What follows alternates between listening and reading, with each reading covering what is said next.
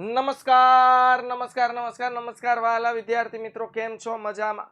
વિદ્યાર્થી મિત્રો, આઈએમપી બેચમાં આપનું હાર્દિક હાર્દિક સ્વાગત છે. ચાલો વહાલા વિદ્યાર્થી મિત્રો, ફટાફટ લેક્ચરમાં જોડાઈ જાઓ, જેથી કરીને આજે આપણું સરસ મજાનું ચેપ્ટર આપણે શરૂ કરી શકીએ. જલ્દી, fast fast fast fast fast. હમણાં તો ઘણા બધા વિદ્યાર્થીઓ હતા અકાઉન્ટના લેક્ચરમાં. બીએમાં હું તમને કોઈ ઝેરી સાપ સૂંઘી જાય છે, આમાં મૂર્છિત થઈ જાવ છો બીએમાં? જોડાવાલો ફટાફટ. કેટલા વિદ્યાર્થી મિત્રો જોડાયા છે?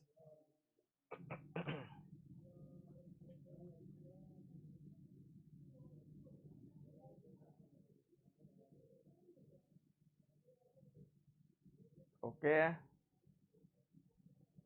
નિધિબેન, યોગેશભાઈ, જુઓ તો કેટલા વિદ્યાર્થી મિત્રો જોડાયા છે, ચેક કરો પ્લીઝ. રામ કુછડિયા, હા બેટા, કેટલા વિદ્યાર્થીઓ જોડાયેલા છે બતાવે છે સ્ક્રીન પર કે નહીં? નથી બતાવતું. ઓકે,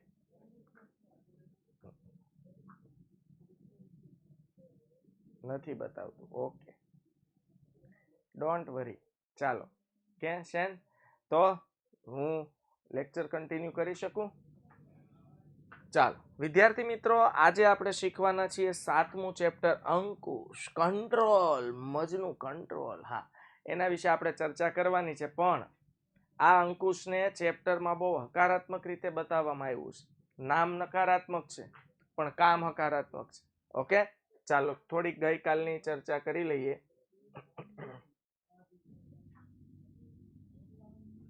ગઈકાલે આપણે શું ચર્ચા કરી હતી બાળકો?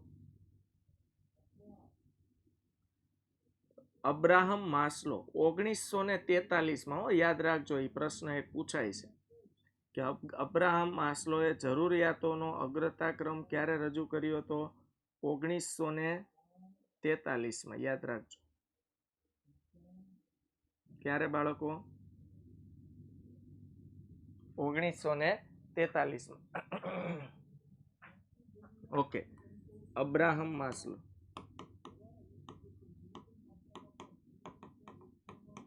ક્યારે? 1943. ચાલો, જરૂરિયાતોના અગ્રતાક્રમને કેટલા ભાગમાં વિભાજિત કર્યા હતા? 2. નિમ્ન કક્ષાની જરૂરિયાતો અને ઉપરી કક્ષાની જરૂરિયાતો. ચાલો, એમાં બાળકો આપણે નિમ્ન કક્ષાની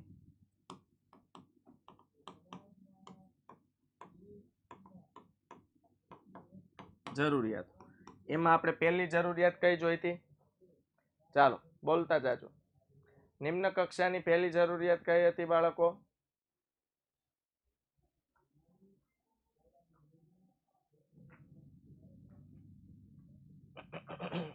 અચ્છા, આમાં એવું છે કે જે ફોનમાં જોડાયા છે એ લોકો કમેન્ટ નથી કરી શકતા, એવું કઈ છે? કમેન્ટનો હમણાં લોચો તો ચાલે છે થોડોક.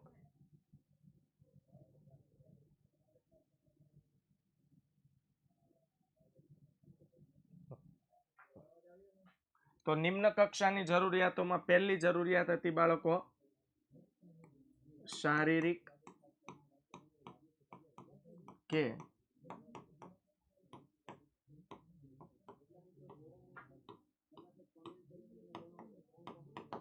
પ્રાથમિક જરૂરિયાતો. શારીરિક કે પ્રાથમિક જરૂરિયાતો. ચાલો, બીજી જરૂરિયાત કઈ હતી બાળકો?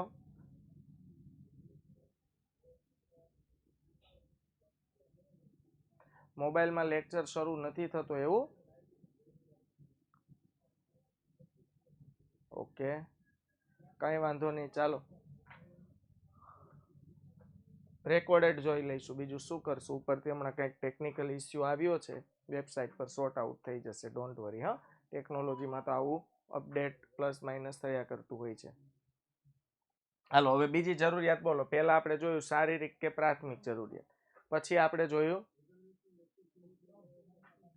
સલામતીની જરૂરિયાત. હવે જેટલા જોડાયા છો એ તો કમેન્ટ કરી શકો ને. સલામતીની જરૂરિયાતો. ત્યારબાદ નંબર 3 પર આવશે બાળકો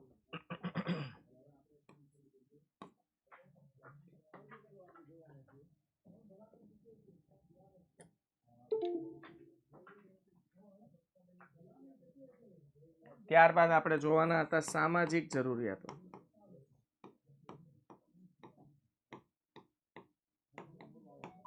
આ 3 હતી બાળકો નિમ્ન કક્ષાની જરૂરિયાત. ચાલો હવે ઉપરી કક્ષાની તમારે મને જણાવવાની છે. ઉપરી કક્ષાની 2 જરૂરિયાતો કઈ હતી બોલો?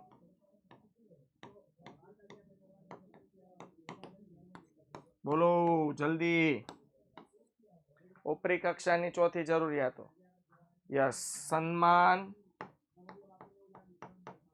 અને પ્રતિષ્ઠાની જરૂરિયાતો. સન્માન અને પ્રતિષ્ઠાની જરૂરિયાતો. અને 5મી જરૂરિયાત હતી આત્મસન્માન અને આત્મસિદ્ધિની જરૂરિયાત. આત્મસન્માન અને આત્મસિદ્ધિની જરૂરિયાત. ઓકે, ચાલો આ 5 જરૂરિયાતો જે અબ્રાહમ માસ્લોએ રજૂ કરી, એમાં અબ્રાહમ માસ્લો એવું કહે છે કે કોઈ પણ વ્યક્તિ હોય, દુનિયાનો કોઈ પણ વ્યક્તિ, એ સૌથી પહેલા આ 3 જરૂરિયાતો સંતોષવા માટેના પ્રયત્નો કરશે. શારીરિક હેલ્થ, પ્રાથમિક રોટી કપડા મકાનની જરૂરિયાતો, સેફટી નોકરી ધંધા બિઝનેસ સલામતીની જરૂરિયાતો, સમાજમાં સગા વહાલાઓ ભાઈબંધ દોસ્તાર મિત્રો પાસેથી લાગણી સ્નેહ માન સન્માન મળે એની જરૂરિયાતો. ઉપરી કક્ષામાં હતું બાળકો સન્માન અને પ્રતિષ્ઠાની જરૂરિયાતો. અને લાસ્ટમાં આવે છે આત્મસન્માન અને આત્મસિદ્ધિની જરૂરિયાત. ઓકે, ચાલો આજે આપણે શીખવાના છીએ બાળકો અંકુશ. ઓકે, અને ધંધાકીય એકમમાં અંકુશ અને આયોજન વચ્ચે કેવો સંબંધ છે. એટલે અંકુશનું મહત્વ તો આપણે જોઈશું જ. અંકુશથી ધંધામાં શું ફાયદો થાય, અને આયોજન અને અંકુશ વચ્ચેનો સંબંધ. 1 મિનિટ બાળકો.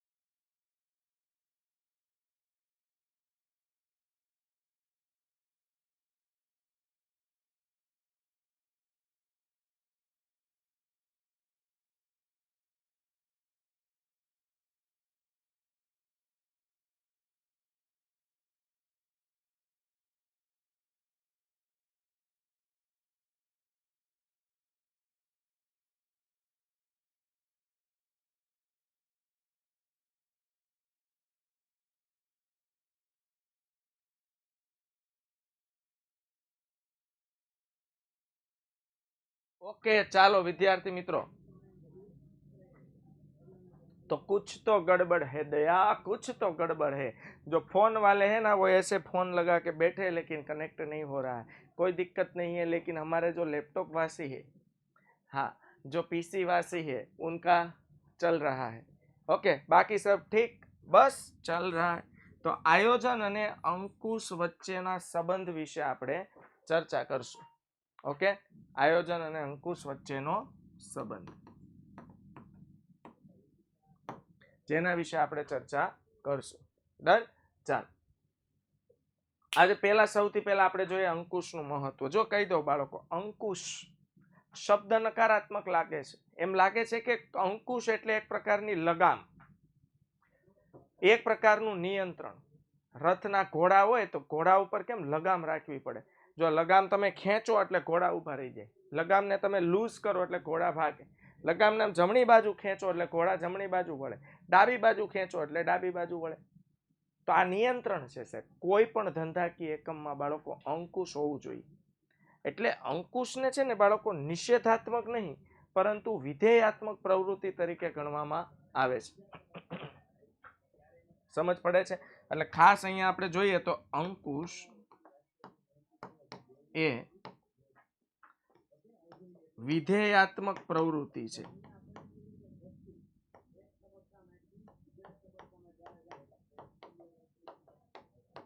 અંકુશ એ વિધેયાત્મક પ્રવૃત્તિ છે, એટલે કે અંકુશ એ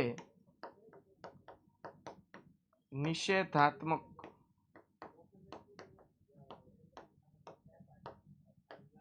પ્રવૃત્તિ નથી। અંકુશ એ વિધેયાત્મક પ્રવૃત્તિ છે, એટલે કે અંકુશ એ નિષેધાત્મક પ્રવૃત્તિ નથી। કહેવાનો મતલબ શું છે? અંકુશ ક્યારે કોઈ પણ કાર્ય થતું અટકાવતા નથી। અંકુશને લીધે કાર્યમાં આવતા અવરોધો દૂર કરવામાં આવે છે। અંકુશ શું કરે છે? કોઈ પણ કાર્યમાં કોઈ પણ ખામી સર્જાય તો એ ખામી રિપીટ ન થાય એ માટેનું નિયંત્રણ મૂકે છે, એ છે અંકુશ। હા, બાકી કોઈ કર્મચારીને કામ કરતા રોકવો, સતત કર્મચારીને કામ બાબતે રોકટોક કરવી, ઓકે, આવો કોઈ હેતુ કે ઉદ્દેશ્ય અંકુશનો હોતો નથી। હા હા પટેલ મેશવા, તમારી કમેન્ટ દેખાય છે બેટા, ડોન્ટ વરી। ઓકે, ચાલો। તો અંકુશ એ સંચાલનનું મહત્વનું સોપાન છે। અંકુશ એ સંચાલનનું મહત્વનું સોપાન છે। શરૂ છે પીસી મને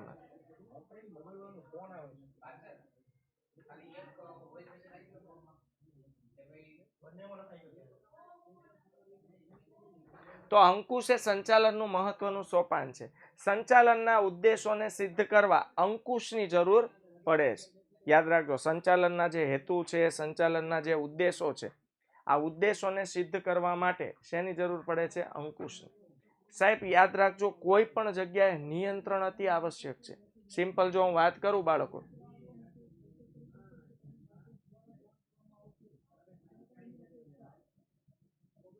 અચ્છા રામ કુછડિયા, મોબાઈલમાં લોગિન કર્યું તમે?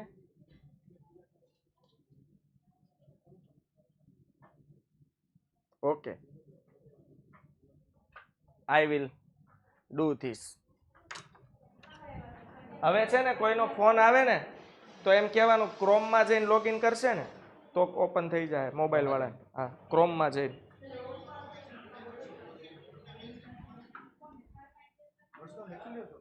હા, લેક્ચર શરૂ રાખવાનું, રેકોર્ડિંગ જોઈ લે।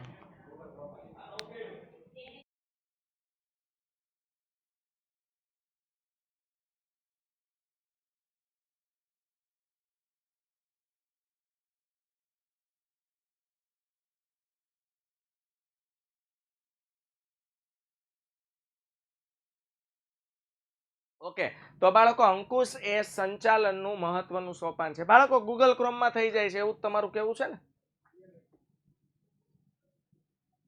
ઓકે, તો અંકુશ એ સંચાલનનું મહત્વનું સોપાન છે। સંચાલનના ઉદ્દેશોને સિદ્ધ કરવા અંકુશની જરૂર પડે છે। ધંધાકીય એકમમાં સંચાલન અતિ મહત્વનું છે। સંચાલનના માધ્યમથી ધંધાકીય એકમના હેતુઓ નક્કી કરવામાં આવે છે। હેતુઓને પાર પાડવા માટે આયોજન કરવામાં આવે છે, અને આયોજન મુજબ કામ થાય છે કે નહીં એ જોવાની, તપાસવાની જવાબદારી કોની છે? અંકુશની। ઓકે, તો ધંધાકીય એકમના સંચાલનના ઉદ્દેશોને સિદ્ધ કરવા અંકુશની ખાસ જરૂર પડે છે। બાળકો અંકુશ વગરનું ઔદ્યોગિક એકમ સારથી વગરના રથ જેવું ગણાય। સ્વાભાવિક છે સાહેબ, જે રથમાં સારથી જ નથી એ રથના ઘોડા ક્યાં જશે કયો? એ ઘોડાઓને મજા આવશે ને એ દિશામાં જશે, પણ સારથી હશે ને તો એ ઘોડાઓને ચોક્કસ દિશા બતાવશે. અને પછી ઘોડાઓને તો હાલવાનું છે, દોડવાનું છે, ભાગવાનું છે, ફિક્સ છે, પણ વગર સારથીનો રથ કઈ દિશામાં જશે ને એનું કઈ નક્કી નથી. કહેવાનો મતલબ શું છે? અંકુશ વગરનું ધંધાકીય એકમ ક્યાં જઈને ઊભું રહેશે? પ્રગતિ થશે પણ ખરી કે નહીં, ખોટ જશે કે નહીં, કઈ ખબર છે નહીં. ક્લિયર? તો અંકુશ વગરનું ઔદ્યોગિક એકમ સારથી વગરના રથ જેવું ગણાય છે. ધંધાકીય એકમની બધી જ પ્રવૃત્તિઓ નક્કી કરેલી યોજનાઓ, આપેલી સૂચનાઓ અને નક્કી કરેલ સિદ્ધાંતો મુજબ થાય છે કે નહીં તેની ચકાસણી કરવાનું કાર્ય કોનું છે બાળકો? અંકુશનું. તો ધંધાકીય એકમની જે બધી પ્રવૃત્તિઓ છે બાળકો એ નક્કી કરેલી યોજનાઓ મુજબ થાય છે કે નહીં છે? મેં તમને શું કીધું? સૌથી પહેલા સંચાલકો જે છે ધંધાના ધ્યેય નક્કી કરે. સંચાલકો ધંધાના ધ્યેય નક્કી કરે. ત્યારબાદ ધ્યેયને પાર પાડવાનું, ધ્યેયને પાર પાડવા માટેનું શું કરવામાં આવે?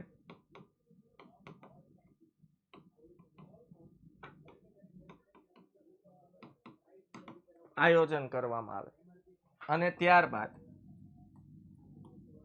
આયોજન મુજબ કાર્ય થાય છે કે નહીં, આયોજન મુજબ કાર્ય થાય છે કે નહીં તે તપાસવાનું કાર્ય કોણ કરે છે? તે તપાસવાનું કાર્ય કોણ કરે છે? અંકુશ કરે છે. ડન થઈ ગયું? ઓકે. તો એટલે જ કહેવામાં આવે છે કોઈ પણ ધંધાકીય એકમમાં અંકુશ છે ને એ ધંધાકીય એકમનો સારથી છે. ઓકે. અંકુશ વગરનું ધંધાકીય એકમ સારથી વગરના રથ જેવું ગણાય છે, કારણ કે ધંધાકીય એકમની બધી જ પ્રવૃત્તિઓ નક્કી કરેલ યોજના એટલે નક્કી કરેલા આયોજન, આપેલી કર્મચારીઓને આપેલી, અધિકારીઓને આપેલી સૂચનાઓ અને નક્કી કરેલા રૂલ્સ, રેગ્યુલેશન્સ અને સિદ્ધાંતો મુજબ થાય છે કે નહીં તેની ચકાસણી કરવાનું કાર્ય કોણ કરે છે? અંકુશ. અંકુશનો મુખ્ય હેતુ ભૂતકાળમાં થઈ ગયેલી ભૂલો અને ખામીઓ શોધી તેનું પુનરાવર્તન અટકાવવાનો છે. અંકુશનો મુખ્ય હેતુ શું છે બાળકો? ભૂતકાળમાં જે ભૂલો થઈ ગઈ છે એ ભૂતકાળની ભૂલો રિપીટ ન થાય. જો આપણે એમ કહીએ ને ભાઈ ભૂલ થાય ને એ ચાલે, ભૂલ બહુ સારી વસ્તુ છે, યાદ રાખજો. ઘણા એમ એવું કહેતા હોય ને કે ભૂલ ન થવી જોઈએ, નહીં, ખોટું. કેમ ભાઈ? માણસ છીએ, કામ કરીએ છીએ, ભૂલ થાય.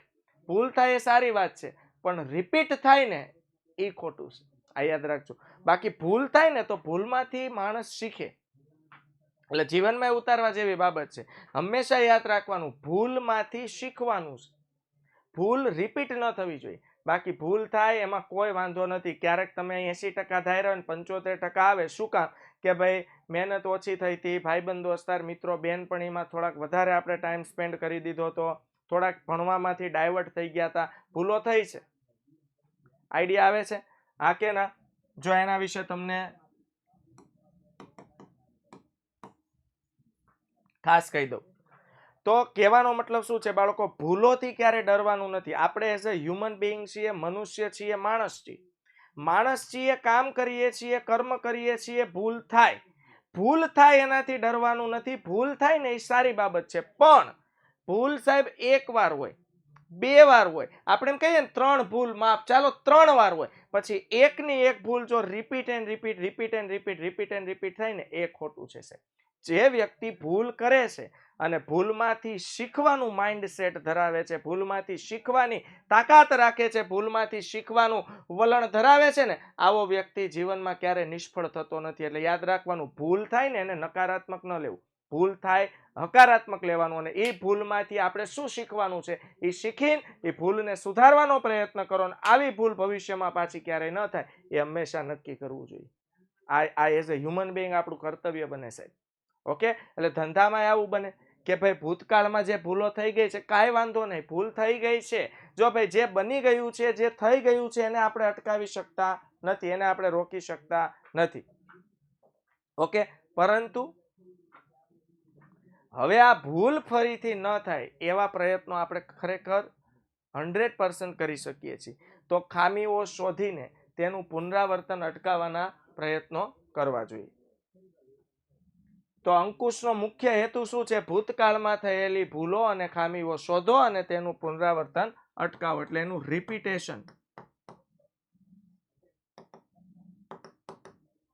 રિપીટેશન અટકાવવું જોઈએ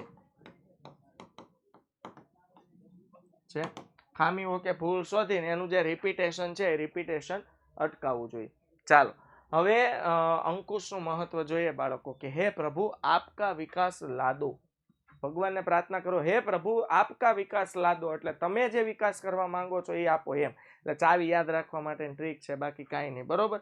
હા, તો હે પ્રભુ આપકા વિકાસ લાદો. અંકુશનું મહત્વ એટલે ફાયદા. મેં કીધું એમ, અંકુશ ક્યારે કોઈ કાર્યને અટકાવતું નથી, કાર્યમાં થયેલી ભૂલોને શોધો છે. આ ભૂલો પુનરાવર્તન ન થાય, ખામીઓને શોધે છે, આ ખામી ફરીથી ન સર્જાય, બસ આ પ્રયત્નો કરવા એનું કામ છે અંકુશનું.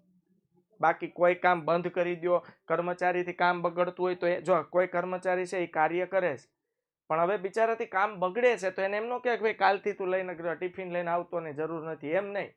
ભાઈ શા માટે કામ બગડે છે?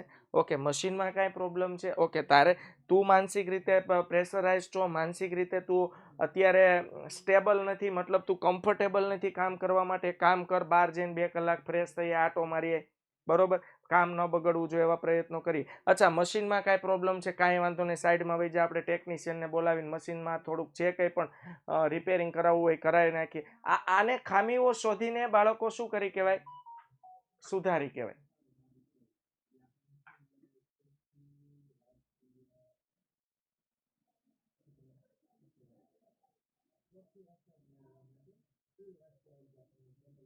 હા, સોરી સર ડિસ્ટર્બ કરું, પણ સર ક્રોમમાંથી ઓપન કરજો. ડાયરેક્ટ એપ ખુલતું હોય તો નીચે આપેલા ઓપ્શનમાંથી ક્લાસ 12માં ક્લિક કરશું તો ડાયરેક્ટ એપ નહીં ખુલે. ઓકે, યસ, એટલે જે વિદ્યાર્થીઓને આજે એપ ખોલવું છે એને ક્રોમમાંથી ખોલવાનું છે. મેં સૂચના આપી દીધી છે. આપણે શું છે પાછું થોડુંક લેટ થાય ને એટલે આમ તમારા કોલિંગ ટીમમાં તમામ માથે સેલ્સ ટીમમાં ચડી જાય, સમજા, ફોન ઉપર ફોન ઓપન નથી થતું. અરે કાંઈ વાંધો નહીં, ક્યારેક આવું બને તો આપણી પાસે રેકોર્ડેડની સુવિધા છે, હે ને? યસ, ચાલ. તો હે પ્રભુ આપકા વિકાસ લાદો, હેતુ સિદ્ધિમાં મદદરૂપ. અંકુશ દ્વારા ધંધાકીય એકમમાં રહી ગયેલી ભૂલો અને ખામીઓ શોધીને સુધારાલક્ષી પગલાં ભરવામાં આવે છે. તેને કારણે યોજના પ્રમાણે બધી જ પ્રવૃત્તિઓ આગળ વધે છે, તેથી ધ્યેય સિદ્ધિનું કાર્ય સરળ બને છે. અંકુશ દ્વારા ધંધાકીય એકમમાં રહી ગયેલી જે ભૂલો છે, રહી ગયેલી જે ખામીઓ છે, તે ભૂલો અને ખામીઓ શોધીને સુધારાલક્ષી પગલાં ભરવામાં આવે છે. તેને કારણે યોજના પ્રમાણે બધી જ પ્રવૃત્તિઓ આગળ વધે છે, તેથી ધ્યેય સિદ્ધિનું કાર્ય કેવું બને છે બાળકો? સરળ બને છે. તેથી ધ્યેય સિદ્ધિનું કાર્ય કેવું બને છે? સરળ બને છે. પછી આવે પ્રવૃત્તિઓ પર અંકુશ.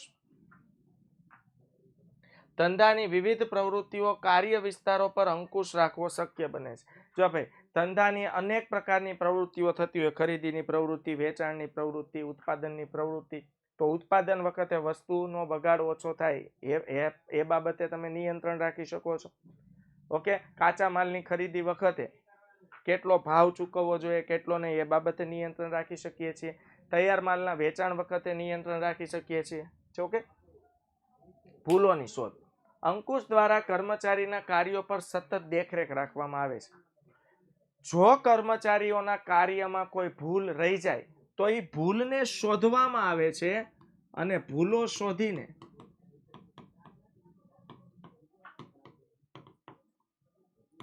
સુધારાલક્ષી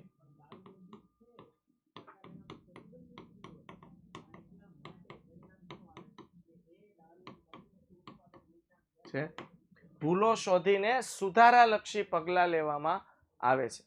તે અંકુશ દ્વારા કર્મચારીના કાર્યો પર સતત દેખરેખ રાખવામાં આવે છે. કર્મચારીઓના કાર્યમાં રહેલી ભૂલોને શોધવામાં આવે છે અને ભૂલોને શોધીને બાળકો સુધારાલક્ષી પગલાં લેવામાં આવે છે. હા પોલ બંધ છે બેટા. આયોજન અસરકારક બને છે. યાદ રાખજો, અંકુશને કારણે આયોજન અસરકારક બને છે. શું કામ? અંકુશનું કામ શું છે? ભૂલો શોધવાનું અને ભૂલોને સુધારવાનું. તો જે ત્રુટીઓ રહી જાય છે, કાર્યમાં જે ખામીઓ સર્જાય છે, ઓકે, આ ખામીઓને શોધીને એને સુધારવાના પ્રયત્નો શેમાં થાય છે? અંકુશમાં. એટલે અંકુશ છે ને બાળકો આયોજનને વધુ અસરકારક બનાવે છે. આયોજન રસ્તો નક્કી કરે છે, જ્યારે અંકુશ એ રસ્તે થયેલી ભૂલો, વિચલનોને શોધીને સુધારાલક્ષી પગલાં લે છે. આયોજન શું કરે છે? એક દિશા નક્કી કરે છે, એક રસ્તો નક્કી કરે. એ રસ્તામાં આવતા કાંટા, એ રસ્તામાં આવતા પથ્થરો, એ રસ્તામાં આવતા ઝાડી ઝાંખરા, એ રસ્તામાં આવતી નડતર, કહેવાનો મતલબ બધાનો એક જ મતલબ થાય છે કે રસ્તામાં આવતી ભૂલો ને શોધવામાં આવે છે. ભૂલોને શોધીને બાળકો સુધારાલક્ષી પગલાં લેવામાં આવે છે, જેનાથી આયોજન કેવું બને છે? અસરકારક બને છે. એટલે આયોજનને અસરકારક બનાવવાનું સૌથી મોટું કામ કોણ કરે છે બાળકો? અંકુશ. ઓકે, ચાલો. જો ભાઈ વિદ્યાકુલમાં અત્યારે અંકુશનું કાર્ય ચાલી રહ્યું છે. ટેકનોલોજી છે સાહેબ, બરોબર. ટેકનોલોજીમાં નાની મોટી ભૂલો ક્યારેક ને ક્યારેક સર્જાતી હોય છે. ઓકે, હા, તો હવે એ લોકો શું કરશે? આ ભૂલને શોધશે. ટેકનોલોજીની ભૂલ આપણે ખાલી વાતું કરીએ, આટલું બધું ટેકનોલોજી તમે જુઓ, કોઈ ભરૂચ છે, કોઈ કચ્છ છે, કોઈ જામનગર છે, કોઈ જુનાગઢ છે, કોઈ અમરેલી છે, આખા ગુજરાતમાં વેર વિખેર થયેલા વિદ્યાર્થી મિત્રો અહીંયા જોઈ રહ્યા છે. તો આવી સિસ્ટમમાં ક્યારેક લોચો પડે તો એ ભૂલને શોધવી પડે. પહેલાં આડે ધડ કોડિંગ ન કરવા માંડવાનું. ભૂલો શોધે, પછી એ ભૂલોને સુધારશે ને આવી ભૂલ પાછી શું કામ થાય એનું કારણ શોધે, અને આવી ભૂલ પાછી ક્યારે ન થાય એ બાબતના પ્રયત્નો કરશે. યસ, વિચલનોને દૂર કરશે. પ્રવૃત્તિઓ વચ્ચે સંકલન. જો અંકુશના લીધે ધંધાકીય એકમની વિવિધ પ્રવૃત્તિઓ વચ્ચે સંકલન કરવું બાળકો શક્ય બને છે. ધંધાકીય એકમની જે વિવિધ પ્રવૃત્તિઓ છે એ દરેક વિવિધ પ્રવૃત્તિઓ સાથે સંકલન કરવું શક્ય બને છે. ત્યાર પછી આવે બાળકો કાર્યનું મૂલ્યાંકન.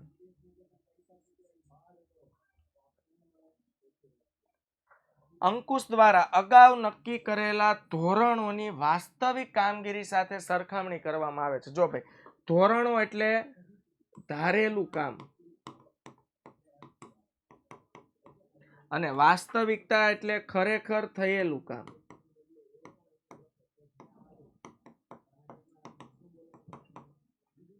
છે ધોરણો એટલે ધારેલું કામ અને વાસ્તવિકતા એટલે ખરેખર થયેલું કામ.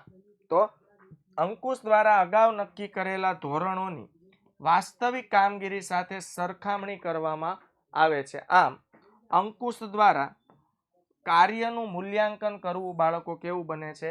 શક્ય બને છે. એટલે અંકુશ દ્વારા કોઈ પણ કાર્યનું મૂલ્યાંકન કરવું કેવું બને છે? શક્ય બને છે. તમે કાર્યનું મૂલ્ય આંકી શકો છો, કેટલું કામ થયું ને કેટલું નહીં. સમજો કે ભાઈ એવું ધાર્યું હોય કે 1 કલાકમાં સાબુ બનાવતી ફેક્ટરી હોય તો 1 કલાકમાં 200 સાબુ બનવા જોઈએ.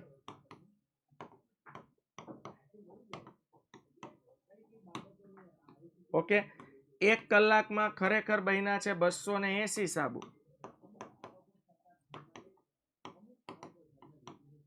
તો આપણે આખી પરિસ્થિતિનું શું કર્યું? મૂલ્યાંકન કર્યું. તો આપણે ખબર પડી કે ભાઈ 1 કલાકમાં આપણે ધાર્યા છે 200 ને બને છે તો 280. એનો મતલબ હવે આપણે કર્મચારીઓને કહેવું પડશે કે ભાઈ તમારી સ્પીડ ધીમી નહીં હાલે. 1 કલાકમાં 280 300 જેટલા સાબુની એવરેજ આવે છે. આને મૂલ્યાંકન કહેવાય. હવે છે વિચલનો દૂર કરે છે.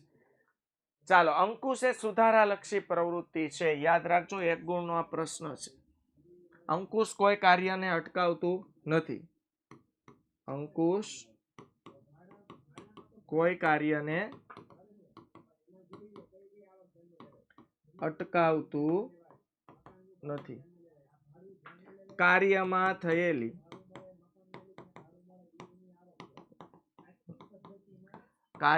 થયેલી ભૂલો શોધે છે અને જરૂર જણાય ત્યાં સુધારાલક્ષી પગલાં લે છે. એટલે અંકુશ એ સુધારાલક્ષી પ્રવૃત્તિ છે. આગળ મેં તમને જણાવ્યું એમ કે અંકુશ એ નિષેધાત્મક નથી. જો નિષેધ આપણે ઘણી વાર એવું ન લખ્યું હોય ધૂમ્રપાન નિષેધ છે,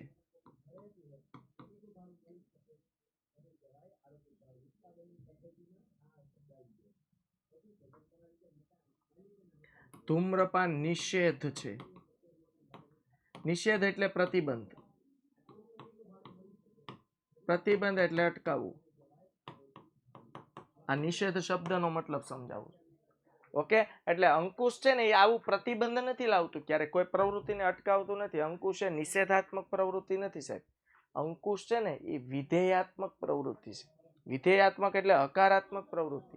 કાર્યમાં આવતા વિચલનોને શોધે છે, વિચલનોને દૂર કરવાના પ્રયત્નો કરે છે.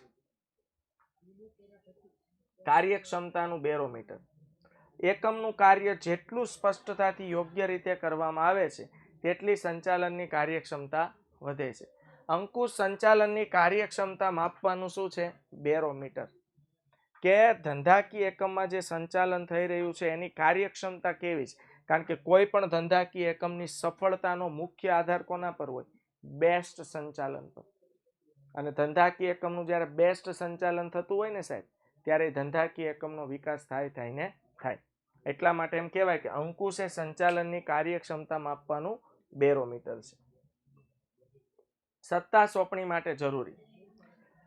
કર્મચારીને કાર્યની સોંપણી કર્યા બાદ જરૂરી સત્તા સોંપણી કરવી પડે છે. જો ભાઈ આપણે કોઈને કામ તો સોંપીએ છીએ, પણ કાર્યના બદલામાં જરૂરી સત્તા, ફરજો આપી દઈએ છીએ, પણ એ ફરજને નિભાવવા માટે જરૂરી સત્તા જોઈએ સાહેબ. તો કોઈ પણ કર્મચારીને જ્યારે કામ સોંપો છો ત્યારે નિયંત્રણમાં એને બાંધી ન દો. કામ સોંપ્યા પછી એને જરૂરી શું સોંપવી પડે બાળકો? સત્તા સોંપવી પડે. સત્તા સોંપણી કરી કાર્યની દેખરેખ રાખવા માટે પણ અંકુશની જરૂર પડે છે. આજે કોઈ પણ કર્મચારીને ભલે તમે સત્તા સોંપી દીધી, હું કોઈ કર્મચારીને કામ સોંપું છું તો એ કામની સંપૂર્ણ સત્તા સોંપવી પડે. તારી રીતે, તારી સૂઝબૂઝથી, તારી બુદ્ધિથી કામ કર, નો ટેન્શન.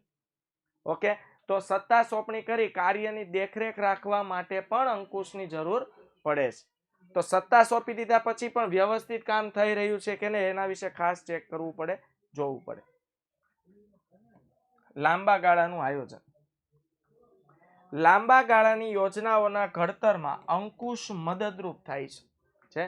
લાંબા ગાળાની જે યોજનાઓ છે એ યોજનાઓના ઘડતરમાં અંકુશ ખૂબ જ મદદરૂપ સાબિત થાય છે. અંકુશ પ્રક્રિયાને કારણે ધંધાકીય એકમની વર્તમાન પ્રવૃત્તિ અંગેની જે માહિતી પ્રાપ્ત થાય છે તેને આધારે લાંબા ગાળાના અનુમાનો કરી શકાય છે. અંકુશ પ્રક્રિયાને કારણે શું થાય છે?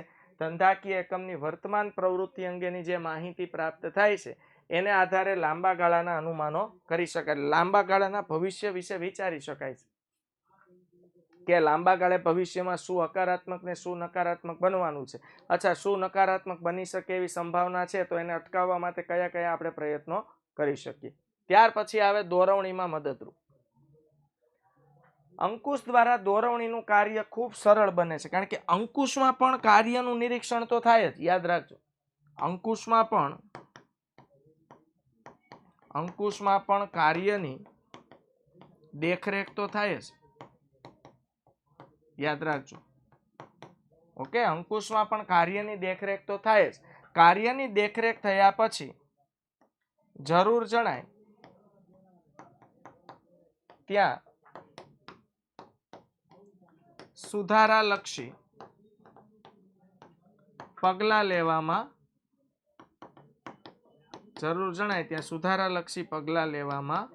આવે છે. જરૂર જણાય ત્યાં સુધારાલક્ષી પગલાં લેવામાં આવે છે. ચાલો હવે જોઈએ આયોજન અને અંકુશ વચ્ચેનો સંબંધ. કહી દઉં બાળકો, આયોજન અને અંકુશ છે ને બંને જોડિયા બાળકો સમાન છે. આયોજન અને અંકુશ એકબીજા સાથે જોડાયેલા છે. જ્યાં આયોજન હોય ને બાળકો ત્યાં અંકુશ હોય ને હોય જ. આયોજન અંકુશનો જન્મદાતા છે, યાદ રાખજો. આયોજન એટલે એનો મતલબ એવો થયો, અંકુશની માતા કોણ? આયોજન. એટલે કહેવાનો મતલબ શું થયો? આયોજન હોય ને ત્યાં અંકુશ હોય ને હોય જ. યસ. ઓકે, તો આ એમય કહેવાય છે કે planning and control are two sides of same coin. એટલે આયોજન અને અંકુશ એક સિક્કાની બે બાજુ સમાન છે સાહેબ. તો આયોજન અને અંકુશ વચ્ચેનો જે સંબંધ છે એના વિશે આપણે ચર્ચા ડિટેલમાં કરીએ. કારણ કે બાળકો ધંધાકીય એકમમાં સૌથી પહેલા સંચાલકો ધંધાકીય એકમના હેતુઓ નક્કી કરે. લેક્ચરની શરૂઆતમાં મેં તમને કીધું હેતુઓને પાર પાડવા માટે આયોજન ઘડવામાં આવે. આયોજન મુજબ કાર્ય થઈ રહ્યું છે કે નહીં, ઓકે, આયોજન મુજબ કાર્ય થઈ રહ્યું છે કે નહીં એ માટેની યોજના ઘડવામાં આવે. અને આયોજન પ્રમાણે કામ થઈ રહ્યું છે કે નહીં એના માટે જરૂર પડે અંકુશની. એટલે જ્યાં આયોજન હોય ને ત્યાં અંકુશ હોય ને હોય જ, યાદ રાખવાનું. એટલે આયોજન અને અંકુશ વચ્ચે ગાઢ સંબંધ છે. આયોજન અને અંકુશ બંને જોડિયા બાળકો સમાન છે. આયોજન અને અંકુશ એક સિક્કાની બે બાજુ સમાન છે અને આયોજન જ અંકુશનો જન્મદાતા છે. યાદ રાખશો. ચાલો, ઓકે, 4 અલગ અલગ ભાગમાં આપણે જોઈશું. પહેલું, આયોજન અને અંકુશ એક જ સિક્કાની બે બાજુઓ છે. The planning and control are same sides of one coin. Two same sides of one coin. એટલે એક જ સિક્કાની બે બાજુઓ સમાન છે. જોઈએ, આયોજન અને અંકુશ સંચાલનના વિવિધ કાર્યો પૈકી એક મહત્વનું છે. જો એ કહી દો બાળકો, આયોજન છે ને, આયોજન સંચાલનનું પ્રથમ કાર્ય છે, જ્યારે અંકુશ સંચાલનનું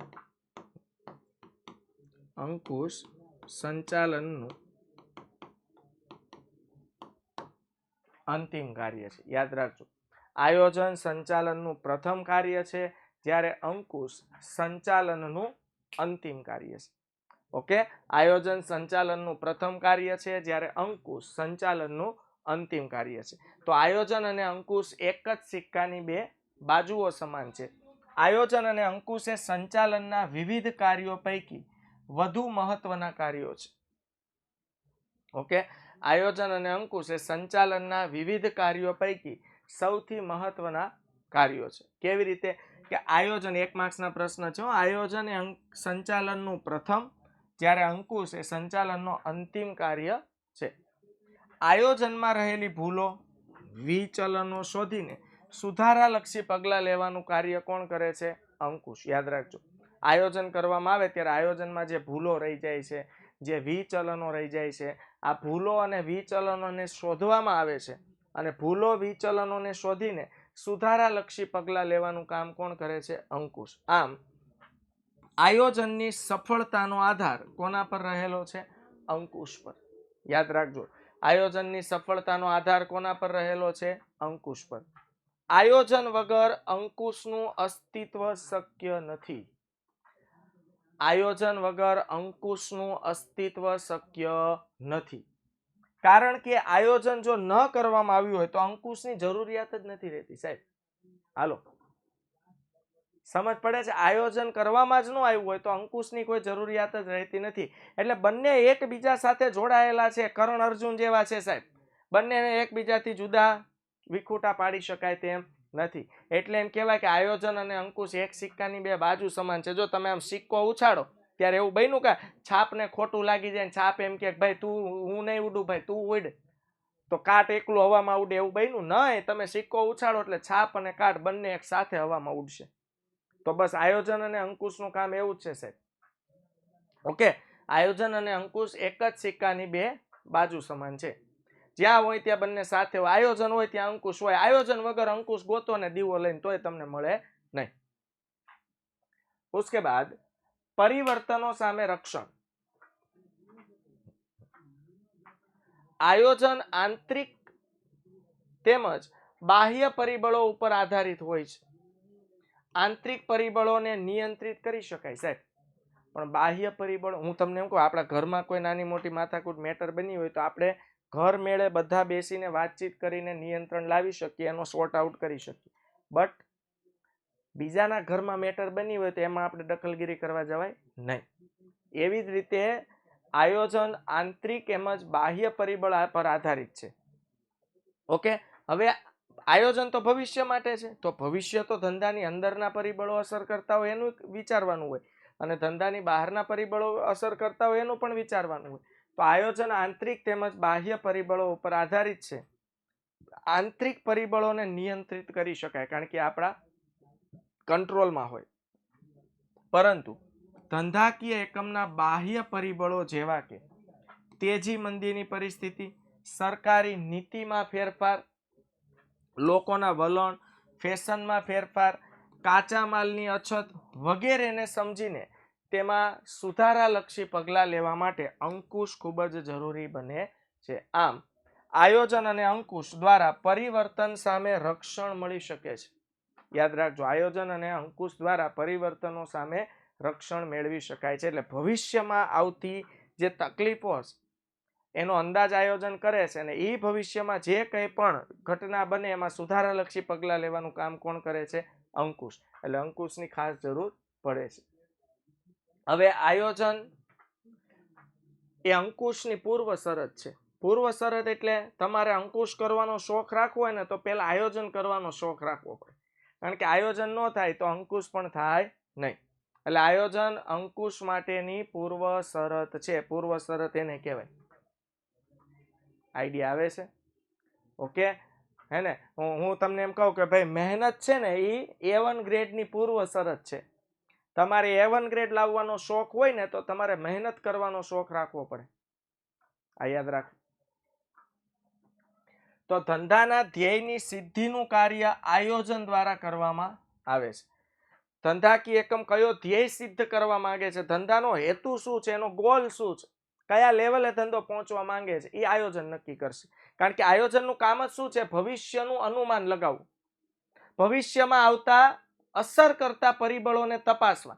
પછી આંતરિક પરિબળો પણ હોઈ શકે, બાહ્ય પરિબળો પણ હોઈ શકે, કૃત્રિમ પરિબળો પણ હોઈ શકે, એટલે કે માનવ સર્જિત પરિબળો પણ હોઈ શકે, અને કુદરતી અસર કરતા પરિબળો પણ હોઈ શકે.